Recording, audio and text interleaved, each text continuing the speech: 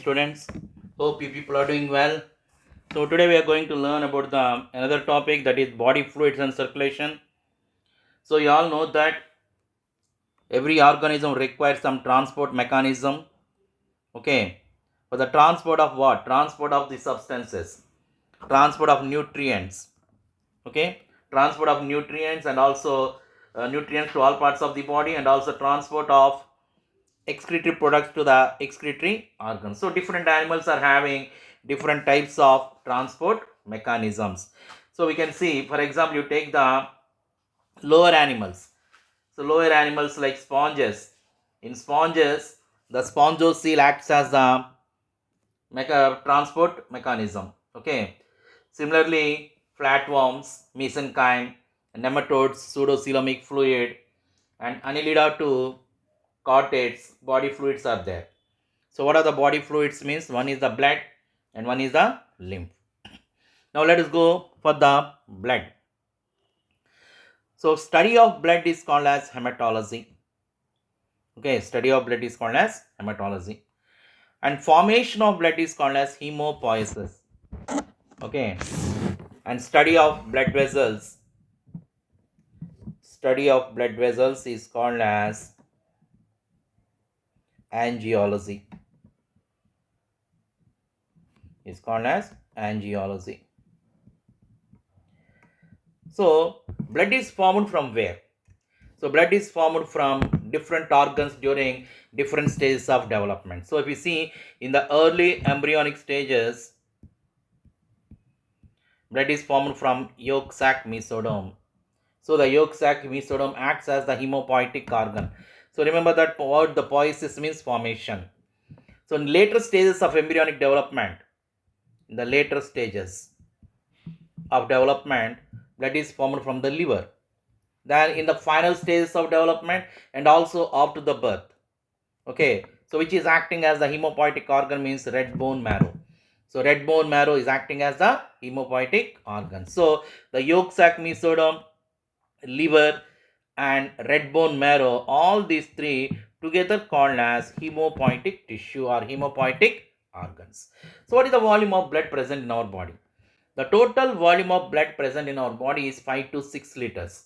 So this 5 to 6 liters is constant in all the people means no, it varies with the age and also with the weight of the body. So in newly born, if we see the babies and younger children, the quantity of blood will be less. Okay, in adults only we can say 5 to 6 liters. That depends upon their body weight also, right? Then what is the pH of blood means? pH of blood is 7.4 and blood is slightly alkaline in nature. Slightly alkaline in nature. Then what are the components of the blood? So to study the components of the blood, let us take a sample of blood in a test tube. Okay. After taking the sample in the test tube, by adding anticoagulant, we are centrifuging the blood. We are centrifugation the blood. We are doing the centrifugation. So after doing the centrifugation, we can see three layers are formed in the blood. Okay. So upper layer is pale yellow in color, that is called as platelets.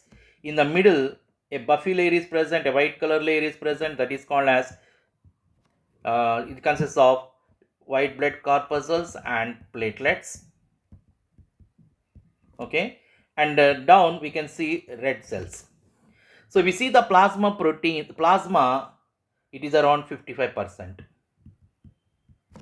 So the plasma consists of 55%. Then the white cells and platelets will come around 1%. Okay, and red blood cells will come around 44%. Actually, it is in the here they have given wrong. So total white cells and RBC will come around 45%. Okay, then why the blood is why the plasma is pale yellow in color means due to presence of the bile pigments. Okay, so the bile pigments are also present in the plasma. Due to that, the plasma is pale yellow in color. Then if you see the components of the blood, so blood consists of plasma and formed elements. So plasma is 55% of blood is made up of with plasma, and formed elements consists of 45%. Okay, then So what are formed elements? If we take the formed elements are three: RBC, WBC, and platelets. Okay, these are the formed elements. Then what the plasma consists of? Plasma consists of water. So how much water is present in the plasma? 90 to 92% of water is present in the plasma. Then plasma proteins are also there. They are around 6 to 8%. And along with that, it contains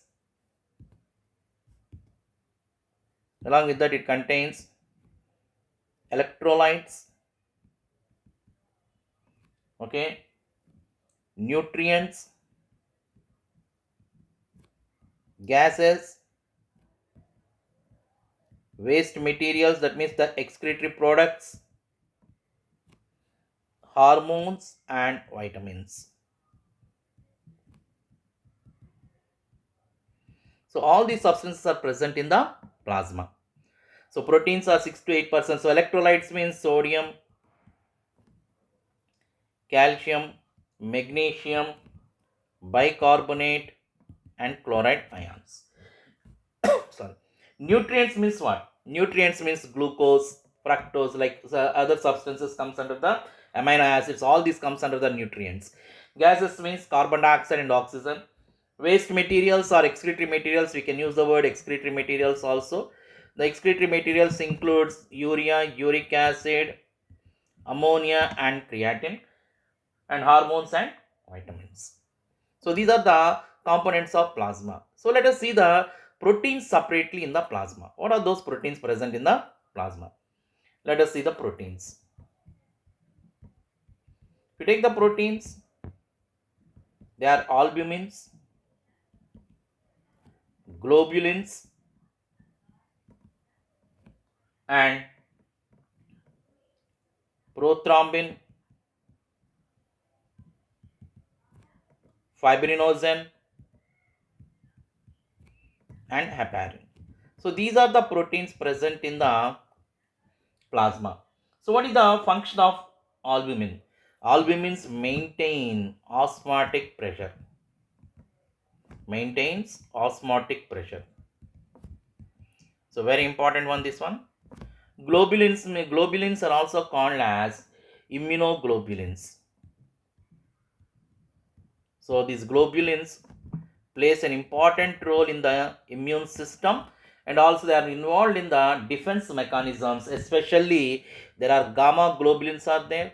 These globulins are involved in defense mechanisms. So basically we see the globulins are three types: alpha, beta, and gamma, and these gamma globulins are involved in defense mechanism. Okay, then what about the prothrombin and fibrinogen? These are inactive clotting proteins. So these prothrombin and fibrinogen are inactive clotting proteins present in the plasma.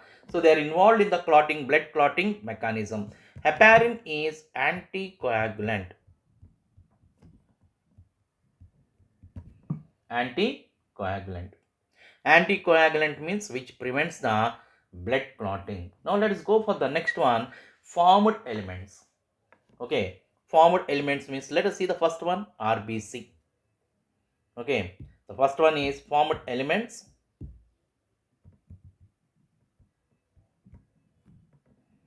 Another formed elements, let us study the first one, RBC. Okay, RBC, or otherwise we also call this one as erythrocyte. Erythrocyte. So RBC means red blood corpuscles. Okay, so generally what are the stages? That means how these RBC are formed. We see the RBC maturation stages. First, the RBC is present in the form of proerythroblast. Okay, it is present in the form of proerythroblast. So this proerythroblast develops into erythroblast. So erythroblast means these are the precursor cells, we can say, or Simply we can say these are the first formed cells or stem cells also we can use the word. Proerythroblast and erythroblast will become the stem cells also we can use for them. Then this erythroblast develops into reticulocyte. Okay, so in the reticulocyte also the nucleus is present and all the cell organelles are also present. So in proerythroblast the nucleus is present, erythroblast the nucleus is present, in reticulocyte also the nucleus is present, right? Then proerythroblast matures into erythroblast, erythroblast matures into a reticulocyte. You remember the thing. So once it matures into reticulocyte, small amounts of hemoglobin is also formed in the reticulocyte. So while this reticulocyte is developing into erythrocyte, develops into erythrocyte, or we use the word RBC. So this one develops into erythrocyte or RBC. You know that the shape of RBC is biconcave.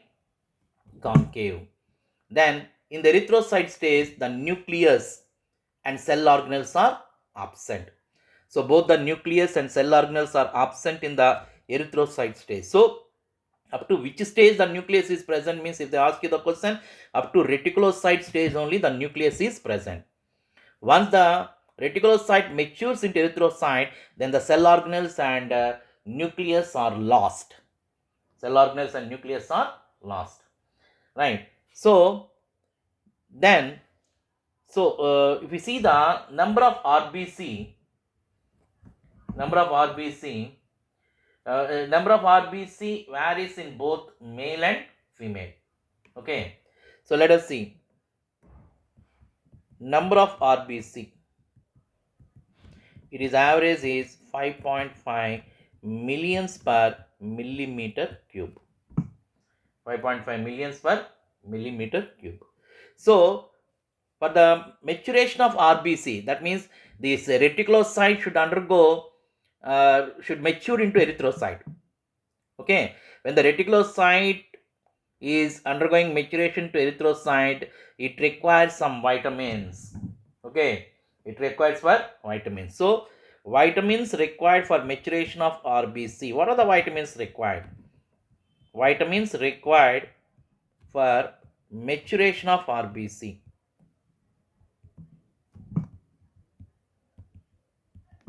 So one is B12 and second one is folacin. One is B12 and second one is folacin. Okay. Then RBC lifespan.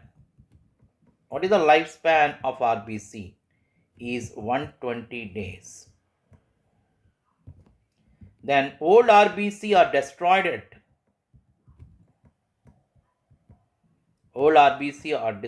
at spleen. So the spleen is also called as graveyard of RBC. So graveyard of RBC. Okay. So that is about the RBC. So generally in this they may ask you questions like vitamins required for maturation of RBC, lifespan, which is graveyard of RBC also. Okay.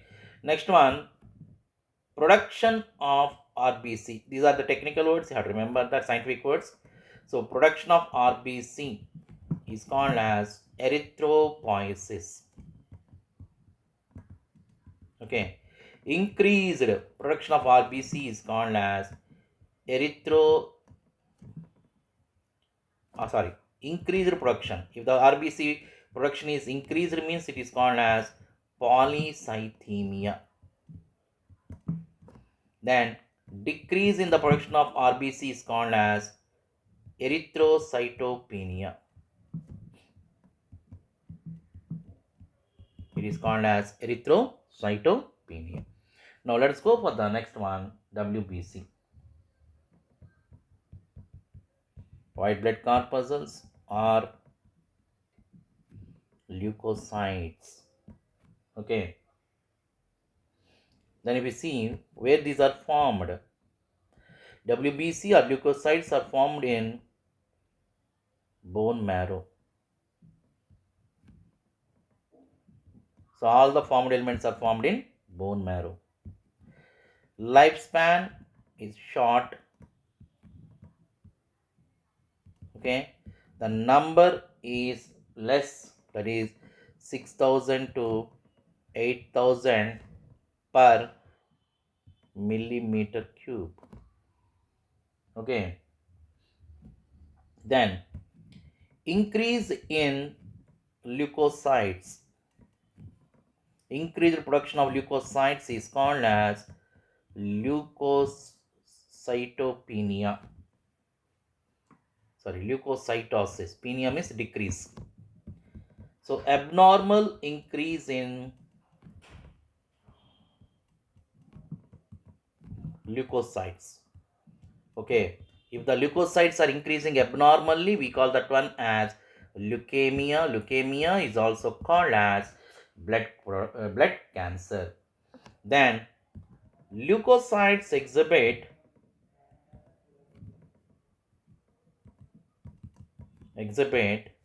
diapedesis. Diapedesis means they walk along the wall of the blood vessel. Okay, or movement of WBC through the blood vessels is called as diapedesis. So this is the blood vessel. Okay, if the leukocytes are moving along the wall of the blood vessels like this, we call that one as diapedesis. Generally, if we see these white blood corpuscles, the white blood corpuscles are basically two types. One is granulocytes, second one is agranulocytes. Okay, so let us see granulocytes. Why they are called as granulocytes and why they are called as agranulocytes means granulocytes are the cells in where there are specific granules. In granulocytes, there are specific granules are present in them in the cytoplasm. These specific granule give color with specific dyes. They are giving color with specific dyes. So based upon their staining property, the granulocytes are three types. They are neutrophils, eosinophils, and basophils. And if you see the agranulocytes, there are two types. One is lymphocytes and monocytes. Lymphocytes and monocytes. Let us see the neutrophils. Why they are called as neutrophil means the specific granules present in the neutrophils will stain with, staining means giving color, stain with neutral dye. So what is the percentage of neutrophils? Neutrophils are 60 to 65%. Okay, 60 to 65%. Okay, then neutrophils are also called as polymorphonuclear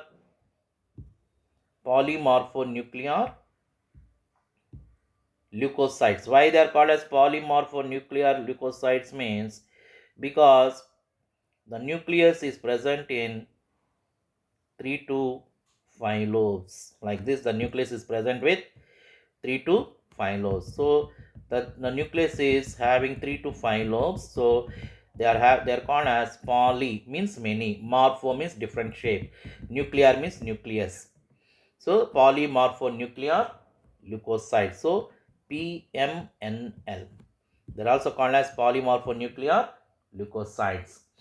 Then generally these are phagocytic in function. Phagocytic means you all know that phagos means eating, cytic means cells.